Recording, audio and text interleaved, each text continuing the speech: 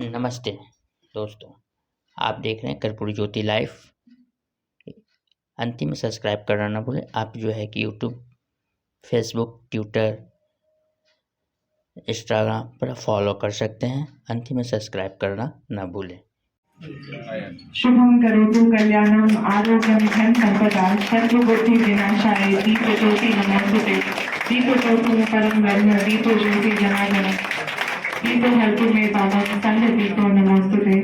और इस खूबसूरत से क्षण में जो शुभ करता है, कल्याण करता है, आरोग्य रखता है, धन संपदा देता है, शत्रु बुद्धि का विनाश करता है, ऐसे दीपक की रोशनी को हम सभी नमन करते हैं। जो दिव्य प्रकाश मेरे अंदर है, जो दिव्य प्रकाश मेरे बाहर है और दुनिया में जो प्रकाश फैला रहे हैं, उसका स्रोत एक है। सभी प्रकाश पुंजों को हम सभी नमन करते हैं। वही एक परमात्मा है और वही शिव है, वही शक्ति है। और इस खूबसूरत से ऐतिहासिक क्षण में हमारे ऑफिसर्स क्लासेस के जो डायरेक्टर हैं, अमन भारती जी, अजीत कुमार जी, सभी उपस्थित हैं। और इस ऐतिहासिक क्षण में मैं चाहूंगी एक बार के बाद तो बहुत सारे ऑप्शन हैं। सबसे पहले आज ऑफिसर्स क्लासेस के नाम से कोचिंग सेंटर की जो शुरुआत की गई है पटना में, इसके लिए मैं सभी लोगों को हार्दिक बधाइयाँ और धन्यवाद देना चाहता हूँ। सभी जो इससे जुड़े हुए लोग हैं, मेंटर्स हैं, डायरेक्टर्स हैं, पढ़ाने वाले शिक्षक हैं, उनका बहुत बहुत शुक्रिया अदा करना चाहता हूँ कि आप सब लोग एक प्लेटफॉर्म पे आए और इस प्लेटफॉर्म पे आने के बाद में आप लोगों ने यहाँ फैसिलिटी क्रिएट की। जैसा कि आप लोग समझ रहे हैं, बिहार से बहुत सारे बच्चे, मैं चाहूंगी थोड़ी सी शांति बना के सर की बातों को ध्यान से सुने। बिहार से बहुत सारे बच्चे बाहर जाते हैं उच्च शिक्षा ग्रहण करने के लिए, तैयारी करने के लिए, जॉब, एम्प्लॉयमेंट और अपने पोटेंशियल को समझने के लिए। कई लोग ये समझते हैं कि कोचिंग क्यों करना चाहिए, कोचिंग से क्या फायदा है, अपने से पढ़ाई होना चाहिए। मेरा ये मानना है कि एक अच्छा गुरु, अच्छा मेंटर, अच्छा कोच अगर आपको मिल जाए तो वास्तव में आप अपने पोटेंशियल से भी बियॉन्ड जा करके कुछ अचीव कर सकते। और अच्छे कोचिंग इंस्टीट्यूट की यही पहचान है कि जो भी उसमें इनपुट आया या जो भी उसमें बच्चे जिन्होंने एडमिशन लिया, वो एडमिशन के समय किस स्तर पर थे, कोचिंग के बाद में उनके स्तर में कितना गुणात्मक परिवर्तन हुआ, किन ऊंचाइयों तक वो पहुंचे। ये बात सही है और सबको ये समझ लेना चाहिए कि हर आदमी बराबर नहीं है। जिस तरह से हमारे हाथों में हर उंगली बराबर नहीं है, उस तरह से हर आदमी भी बराबर नहीं है। सबकी अलग अलग क्षमताएं हैं, शारीरिक क्षमता हो, मानसिक क्षमता हो, गुण हो, पर्सनैलिटी हो, सब अलग अलग है।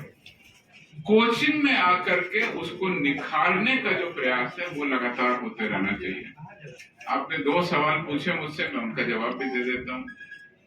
शुरुआत करता हूँ पुलिस एकेडमी में। जब हम लोग गए तो वहां पर एक बहुत ही सुंदर कलाकृति लगी हुई है, एक पत्थर लगा हुआ है, सिंपल सा एक पत्थर लगा हुआ है, उसके नीचे कोटेशन लिखा हुआ है, नेशनल पुलिस एकेडमी हैदराबाद। उसमें लिखा हुआ है, माइकल एंजेलो की कोटेशन है, उसमें लिखा हुआ है कि आप इतनी सुंदर तस्वीर कैसे बनाते हैं, इतनी सुंदर मूर्ति कैसे बनाते हैं। तो उसमें लिखा हुआ है, हर पत्थर में मूर्ति छुपी होती है, आपका काम है उसको तराशना और अननेसेसरी चीजों को निकाल देना। तो मूर्ति तो हर पत्थर में छुपी हुई है। अच्छे टीचर का काम, अच्छे कोच का काम यही है। और मैं समझता हूं उस कोटेशन को, इस ऑफिसर्स क्लासेस का कोटेशन बना करके इसको सब जगह निश्चित रूप से लगाया जाए, क्योंकि यह समझाता है कि किस तरीके से एक हीरा तराशने के पहले एक साधारण होता है और तराशने के बाद वो हीरा बन जाता है, डायमंड बन जाता है और लाखों और करोड़ों में उसकी कीमत हो जाती है। यही चीज हर बच्चे को समझना चाहिए कि उसके अंदर प्रतिभा है, क्षमता है। Right coaching, right mentorship, right गुरु, राइट मटेरियल, राइट तरीके की पढ़ाई होने पर वो गुण निकल के आए। सब लोग बराबर नहीं हो जाएंगे। ये कई लोग समझते हैं हमने भी पढ़ाई की, हमारा ये रैंक आया, दूसरे ने पढ़ाई की, हमसे बहुत आगे निकल गया, तीसरे ने पढ़ाई की, पीछे रह गए। ये बराबरी नहीं हो सकती। आपको ये सोचना है कि हम कहाँ पर थे, हम कितना आगे बढ़े, तो इसको तराशने का काम हो। और उस कोटेशन को अगर इसका कोटेशन बनाया जाए तो मुझे बहुत खुशी होगी, क्योंकि मुझे वो हमेशा बहुत मोटिवेट करता है। हम लोग जब एकेडमी गए तो बेसिकली पढ़ाई करके गए, और पढ़ाई करके गए तो कोई फिजिकल या कोई इस तरह का शारीरिक कोई अपनी क्षमताएं नहीं थी, पढ़ाई की क्षमता थी, पढ़ाई के बल पर। वहां गए पुलिस एकेडमी में तो सबसे पहले दीवार दिखाई दी कि इसको आपको पार कर। तो हम लोग को लगा ये तो 9 फीट की दीवार है, हम लोग तो 5-5.5 फीट के हैं, तो कैसे इसको पार करेंगे। तो वहां पे बताया गया कि नहीं, आप हमेशा याद रखिए, यू कैन डू इट। यहाँ के बच्चों के लिए मैं यही कहना चाहूंगा, यू कैन डू इट। दूसरा सवाल आपने कहा, जब बच्चों ने अपनी पोटेंशियल पहचान लिया, अपने अंदर छुपी हुई क्षमता को पहचान लिया, तो दूसरा सवाल जो आपका था कि आप लोगों ने कैसे पढ़ाई की या मेरे टाइम में कैसे पढ़ाई हुई, ये बात सही है। लिमिटेड बुक्स थी और क्वालिटी बुक्स थी। तीसरा, सोशल मीडिया नहीं था, तो इधर उधर की डिस्ट्रैक्शन भी नहीं, ये भी बात है। आज के बच्चे स्पॉइल्ड हैं बिकॉज ऑफ चॉइसेस। इतनी ज्यादा चॉइसेस हैं, वही न्यूज आप गूगल पे पढ़ रहे हैं, वही न्यूज आप टाइम्स ऑफ इंडिया में पढ़ते हैं, वही न्यूज आप किसी और प्लेटफॉर्म पे पढ़ते हैं, उसी न्यूज को आप फिजिकली पढ़ रहे हैं। हर चीज को बार बार पढ़ रहे हैं, लेकिन आप रिटेन नहीं कर रहे, ज्यादा पढ़ रहे हैं। आप घंटे, आज के बच्चे ज्यादा पढ़ते हैं। सोशल मीडिया का टाइम, पढ़ाई का टाइम मिला दें तो मुझे लगता है 18 से 19 घंटे आदमी पढ़ते ही रहता है।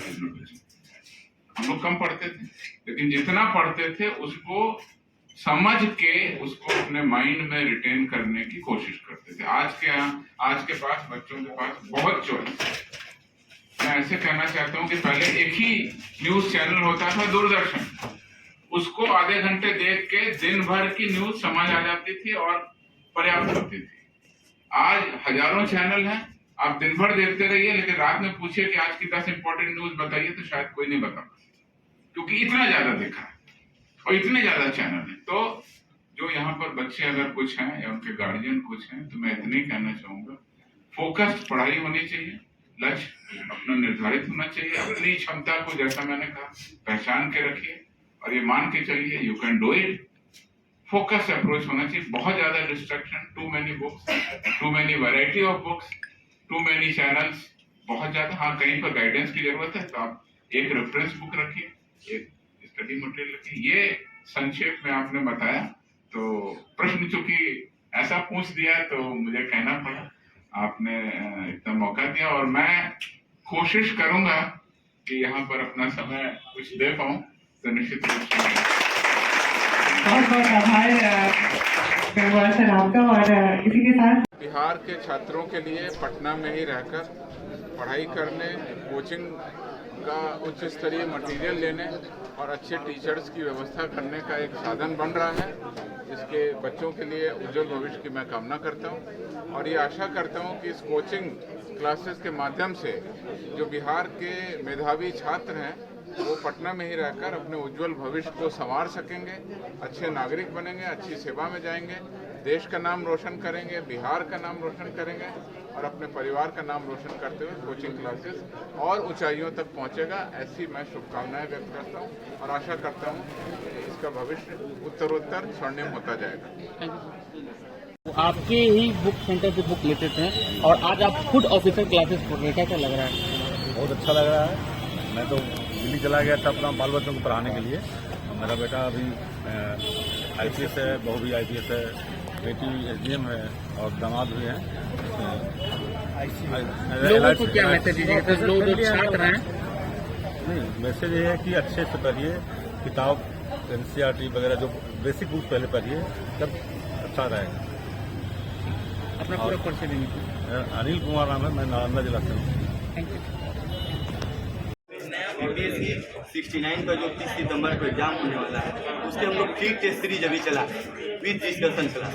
डिस्कशन क्लास में सारे बीपीएससी से चयनित सारे ही क्लास हैं, तो इसका फायदा होगा बच्चों को जहाँ पे भी कमों में सुन के पता लगे, क्योंकि अब तो समय कम है, ऑलमोस्ट 20 दिन हाथ है, 15 दिन मान के चलिए, तो उसमें टेस्ट सीरीज दे रहे हैं। फाउंडेशन बैच भी हम लोग यूजी वाले बच्चों को दे रहे हैं, उसमें 70% स्कॉलरशिप रखा गया। जो बच्चे एग्जाम हमारे क्रैक करेंगे वो 70%। तो फी से बहुत चीज़ें हम लोग नहीं रख रहे, सीधे सीधे मतलब है कि हम सबसे उनको बेहतर सुविधा, बेहतर जो नोट्स, बेहतर जो है शिक्षक यहाँ पे उपलब्ध रहेंगे।